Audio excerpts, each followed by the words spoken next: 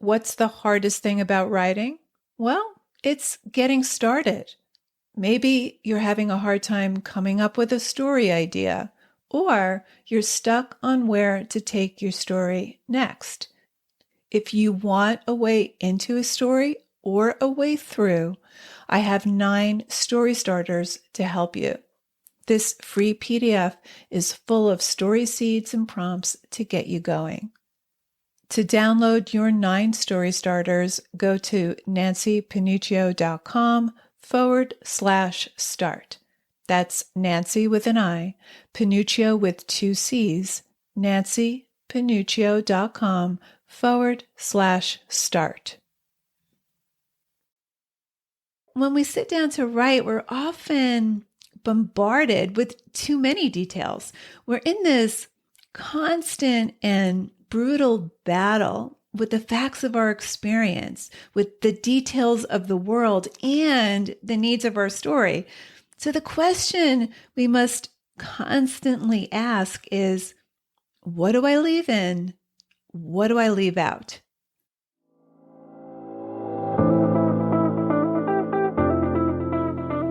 Writer Unleashed is for you, a writer who has a story you want to bring onto the page and into the hearts and minds of readers. I'm Nancy Panuccio, writer, editor, and writing coach. And each week, we'll explore techniques, mindsets, and inspiration for writing stories readers can't put down. Thanks for spending some time with me today. Now let's begin.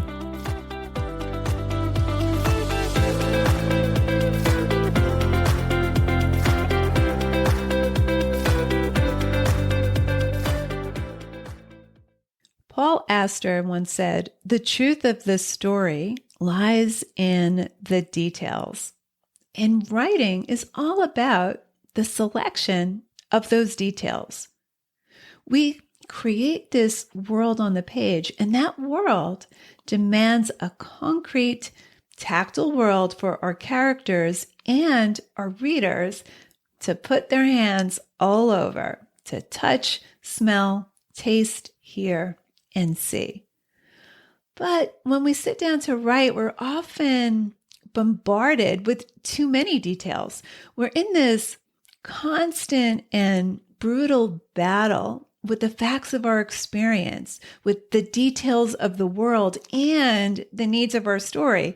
So the question we must constantly ask is, what do I leave in? What do I leave out? Here's the thing. No object, no matter how small or seemingly random, should be included in your story for mere decoration or just to provide setting or simply because it was or could have been there in the room. It needs to be made use of. It needs to be there in service of your story.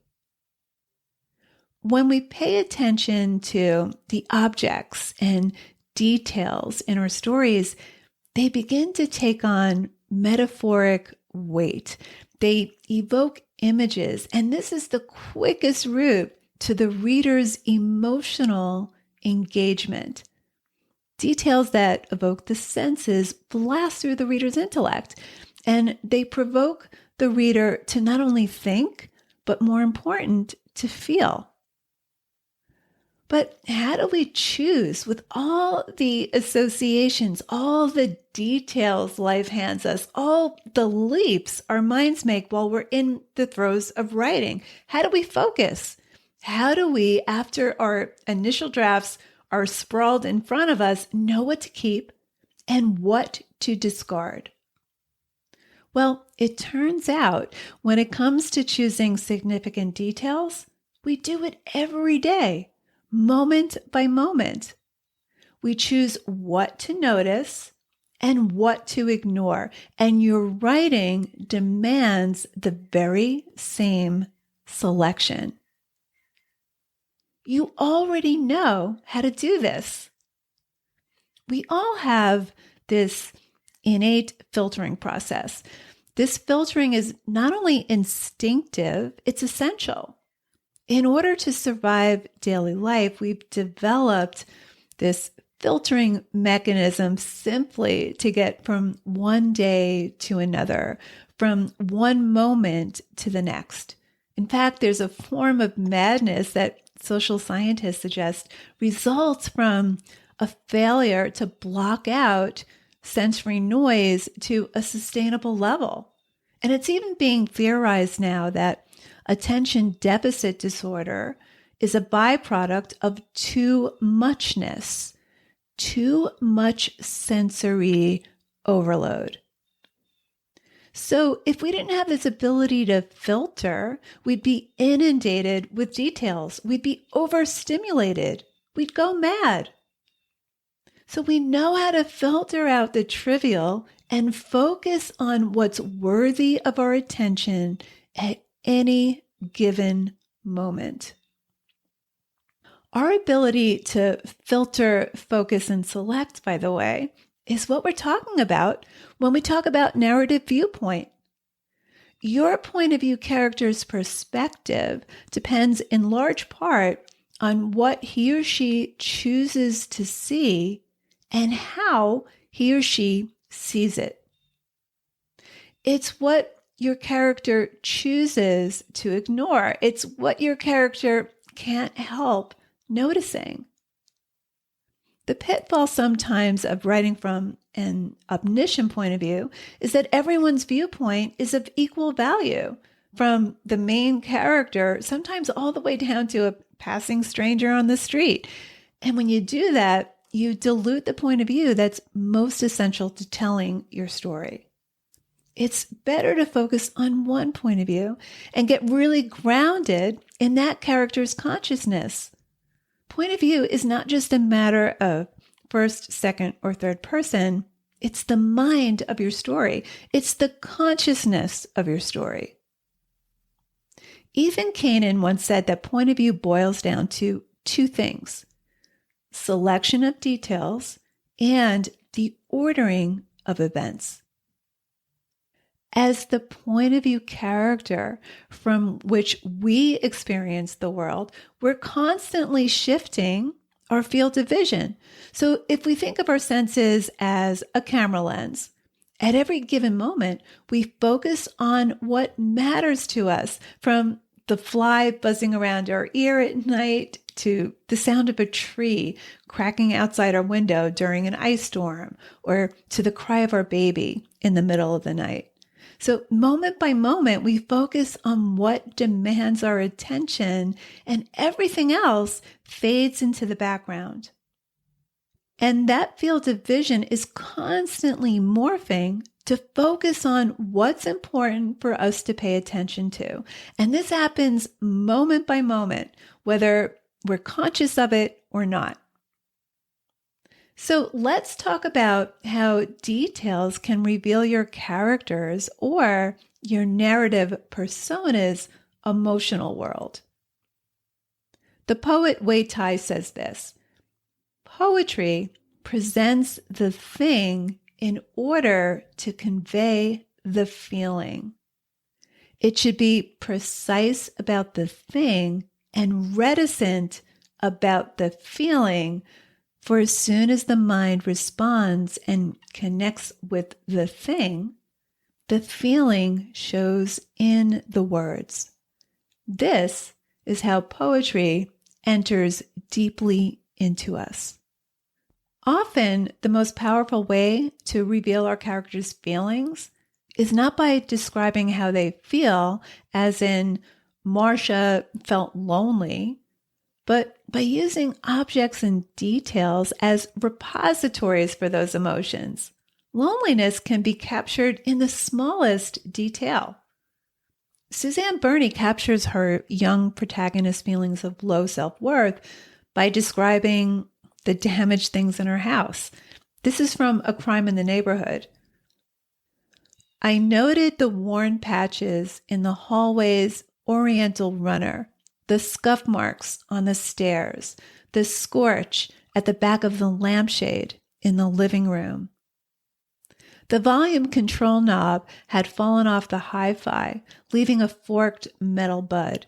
Stephen had spilled India ink on the sofa, and if you turned over the left cushion, you found a deep blue stain shaped like a moose antler.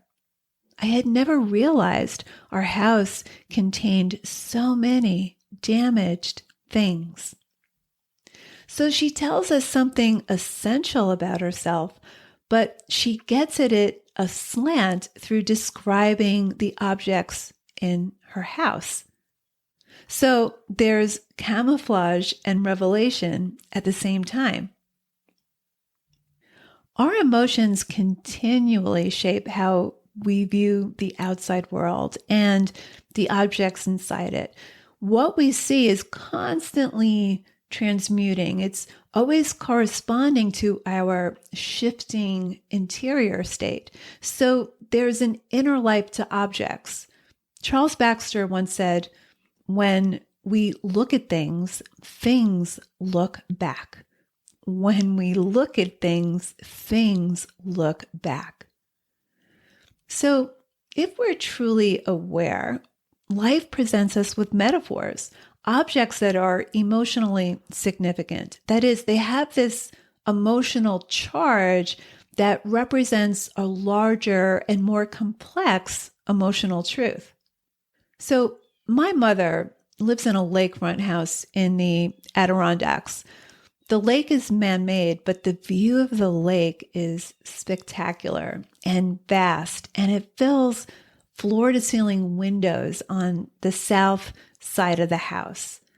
Now, when my stepfather was sick with cancer, he was sick for over a decade, but in the last year before he died, there was a breach in the dam, and the entire lake emptied and flooded the streets. For a whole year, the last of his life, as he got sicker and more frail, all that was left of that lake was barren land. As spring turned to summer, tufts of grass and weeds would sprout up in certain spots, and sometimes you'd see little shallow pools of water that resembled rain puddles. And so the image of that empty lake is the image that has stayed with me over the years. Whenever I think of my stepfather and the year he died, those two events are forever inextricably linked in my mind. I cannot think of his death, or really of him, without the image of that empty, dried up lake. James Wood, author of How Fiction Works, wrote this: literature differs from life in that life is amorphously full of detail and rarely directs us toward it, whereas literature teaches us to notice. Literature teaches us to notice. Cheryl Strayed, in her memoir, Wild, uses the metaphor of her massive, overpacked backpack to get across the emotional load she's carrying over her mother's death. She never says this directly, but she gets at it aslant.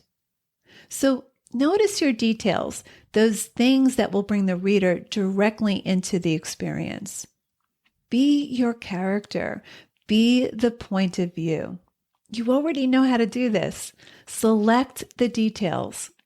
Select the details that matter. Select the details that are significant. So let's wrap this up with 4 key takeaways. Number 1, writing is all about selecting details to bring the reader into the physical and emotional experience of your character. You never want superfluous details to crowd your scenes. Everything you include must serve your story, every object, every detail. Number 2, you already know how to do this, so pay attention. You select what demands your focus moment by moment whether you're conscious of it or not, and this focal point is constantly morphing. Number 3, objects are often a better and more powerful way to convey character emotion. It gets at the complexity, and things are constantly morphing according to our emotional state. So tune into that. And number 4, life hands us metaphors. Pay attention. Pay attention to the emotional connections you make between objects, images, and the events of your life. You already know how to do this. Thank you so much for listening to today's episode of Writer Unleashed. If this episode resonated with you, please go leave a review on Apple Podcasts or wherever you listen to podcasts. Reviews are key to keeping Writer Unleashed on the top of the charts where other writers can find us. I'll see you next week with a brand new episode. In the meantime, join us on our private Facebook group, Writer Unleashed Community. It's totally free to join. And if you want more free resources plus writing tips I only share in email, sign up over at nancypanuccio.com. I'll see you next week, same time, same place. Till then, keep writing, and I'll talk to you soon.